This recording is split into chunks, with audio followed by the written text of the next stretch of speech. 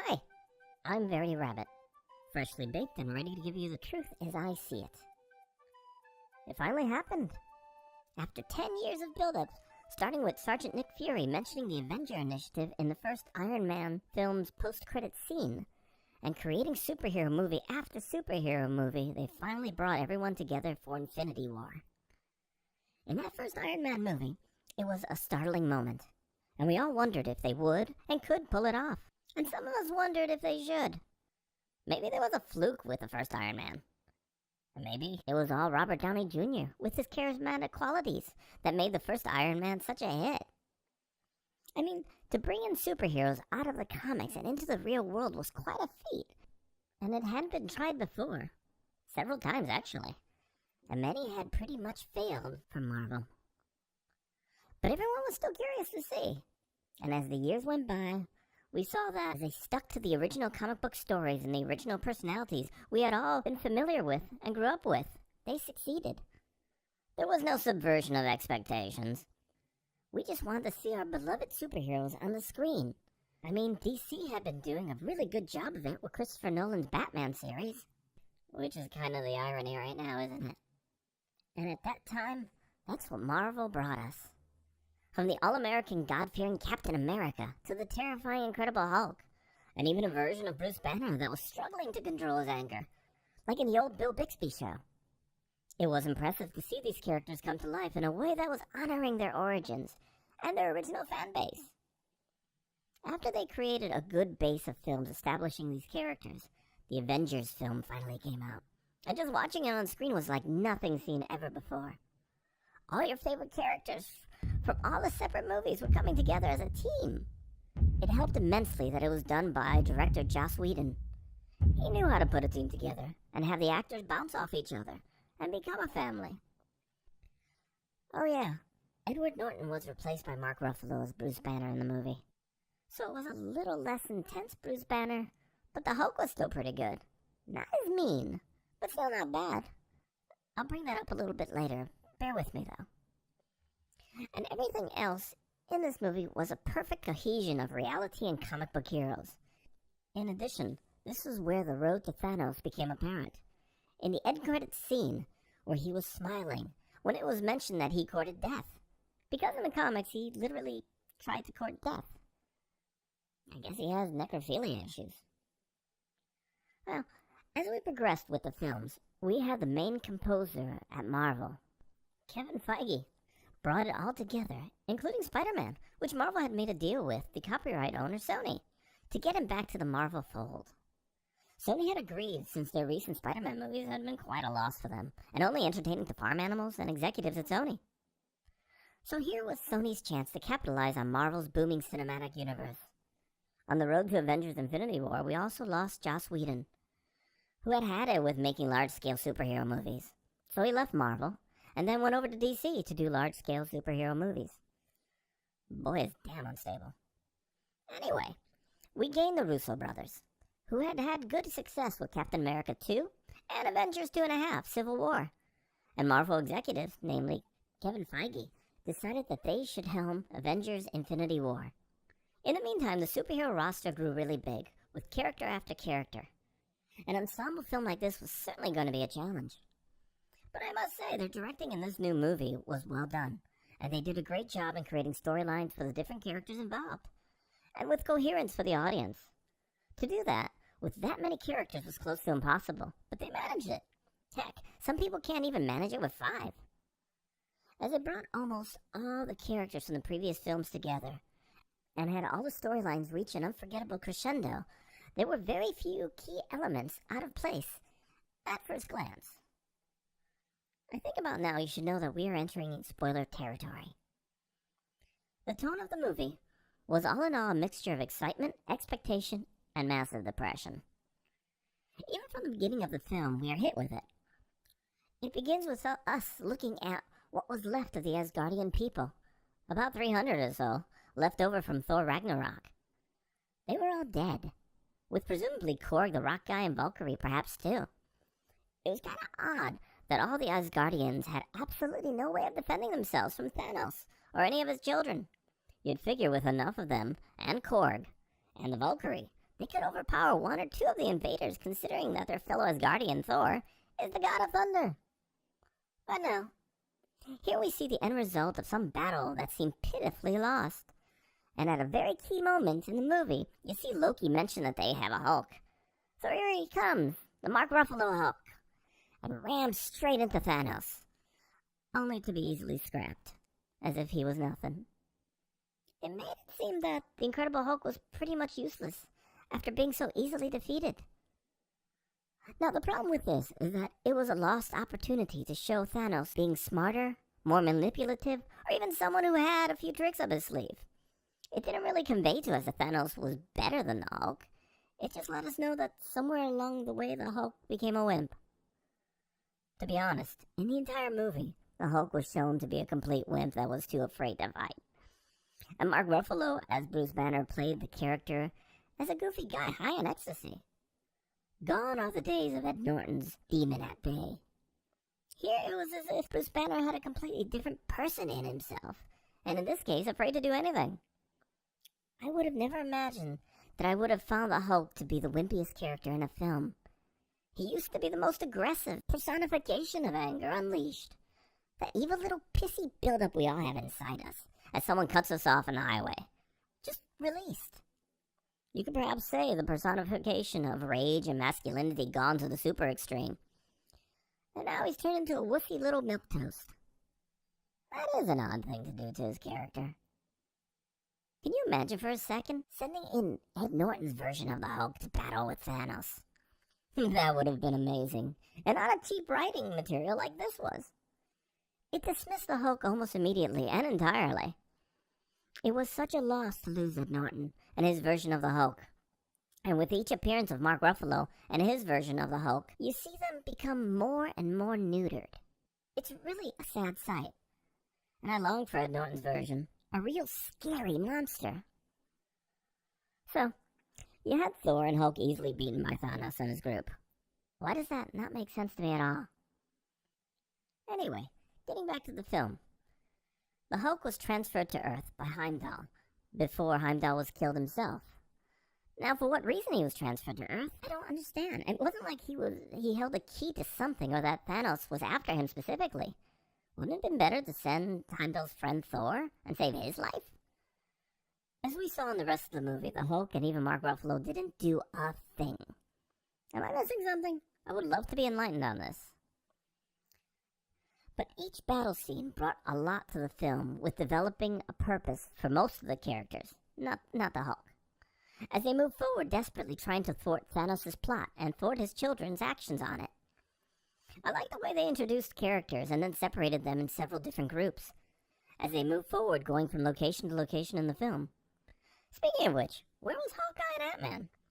They mentioned in the film that it was house arrest for Ant-Man and a deal with the government for what went on in Civil War for Hawkeye. But if you were facing an intergalactic force bent on destroying half of everything in the universe, wouldn't you call on everyone? It's not like they don't answer to emergencies, and we saw that in Civil War.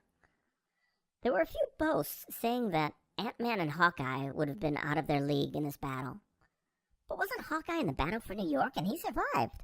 If he is out of his league, then why was the Black Widow there? She doesn't even have any ranged weapons. Now, as for Ant-Man, he could just become 60 foot tall and smoosh Thanos, or throw a tiny tank in Thanos' ear, resize, and voila, end of threat. Speaking of Black Widow, why does she look like Dick Gephardt now? And Captain America is now no longer American? He has a star in his chest, but it's blacked out by magic marker. Does he still honor the values of his childhood in America and everything he fought for, or did he see too many seasons of the Jersey Shore? Is he nomad now? It was never really brought up. Well, I have to admit, Iron Man's arc was my favorite. How Tony Stark had a fatherly relationship with Peter Parker, trying to nurture and protect him every step of the way. And Iron Man upgraded his own suit. When he did that, he also gave Peter the long-awaited Iron Spider suit, which made their final separation all the more heart-wrenching.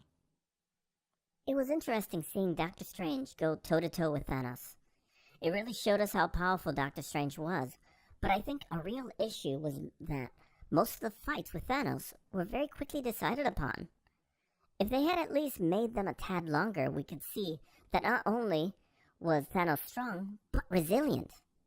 That would have given us more respect for his character.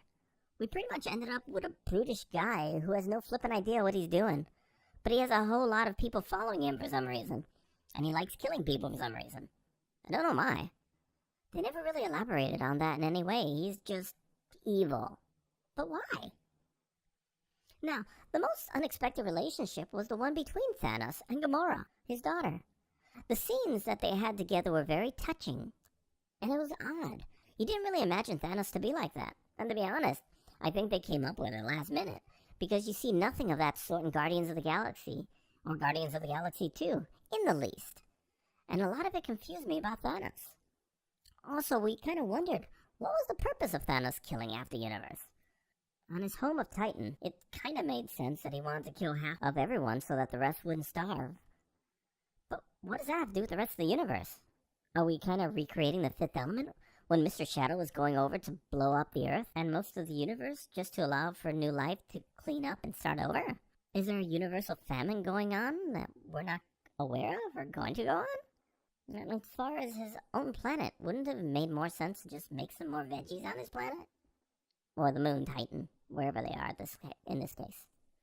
I mean, they do have the technology to create, like, big super spaceships and giant armies. Maybe he can grab some of the armies and turn them into, like, farmers or something. Wouldn't killing everyone on his home world make a bit more suffering happen? Well, I suppose not, since everyone that could suffer are pretty much dead. In the comics, though, Thanos was trying to impress the entity Death, who's a girl apparently. Truth be told, that's not far from reality. And in the movie, there was no mention of that at all. His whole purpose was to kill half the universe to impress Death herself. Instead, we got him trying to save the universe from itself, in that the people that are alive wouldn't suffer from starvation due to some universal famine we're still not aware of. I read an article about a plot hole in Avengers Infinity War in Polygon.com, that Thanos could have just used the Infinity Stones to provide for food for everyone instead of killing half of everyone. But like I said, I would do one better. Don't kill anybody, because who was suffering? No one ordered this. If Thanos didn't want everyone to suffer because of their waste of natural resources, what about people suffering from war or disease? Or suffering because, well, half their family is now dead? It would have made much more sense that he was being selfish in his quest for adoration from a girl, in this case the Grim Reaper. I really wish they had thought this through a little more. Throughout the film, we keep hearing, Thanos is coming. Wouldn't it have been better to build up the Thanos coming in previous films and not just have him appear in just one movie and have everyone repeating, Thanos is coming, Thanos is coming? It got rather annoying. But all in all, Thanos came in and did the job he wanted to do. And he did it pretty well, with the sacrifices he made too. Hold on. Why was a red skull there for that particular stone? It had nothing to do with the Tesseract, the other stone. It was a completely different stone. It would have subverted my expectations to have the Red Skull kill Thanos and last minute become the main villain. Oh well. Now, that is something that should be noted.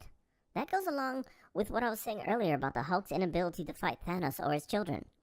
It seems that there is an inconsistency of the powers of all the characters in the MCU. It was very annoying. Like, the Hulk can't beat Thanos, but Iron Man can at least come close. But the Hulk can easily fight Thor. And Thor can beat Thanos, even with the Infinity Gauntlet and all the stones, as long as he has an axe made by Peter Dinklage. Also, is Thor a god or not? I don't mind if he is. And is magic some sort of future sciencey thing? Or something else? Because that bugs me that everyone calls Doctor Strange a wizard, but you don't hear him say any magic spells or anything. Gandalf would. Or even the comic version of Doctor Strange. I mean, just decide and give us some idea of how it works, and I'll be fine with that. But make a flippin' decision. And in this movie, the key to beating a character is more about blunt trauma to the head, which this movie seemed to have a lot of, and less about beating them with wit. Well, there was that one part with Peter Parker and Iron Man, when they beat Ebony Maw.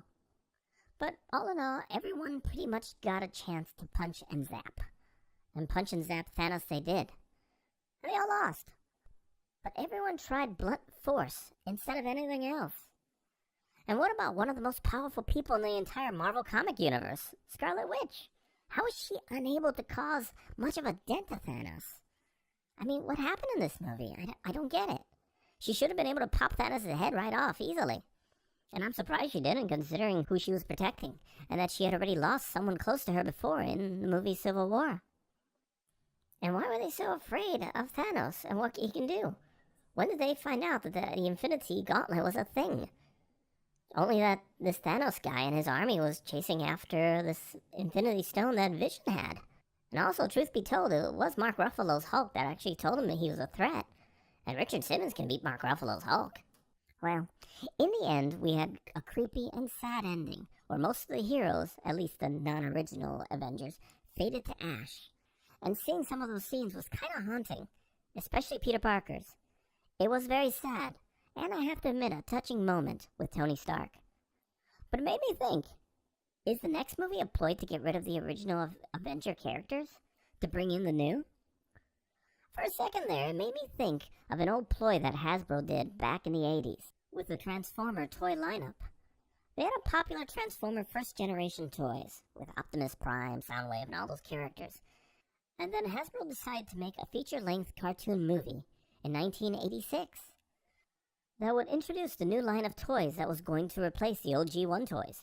And in that movie, they started killing off the old line of toys, one by one.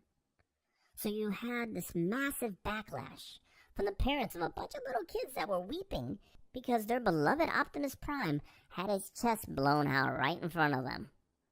Needless to say, Hasbro had to retcon the entire thing and bring Optimus Prime back.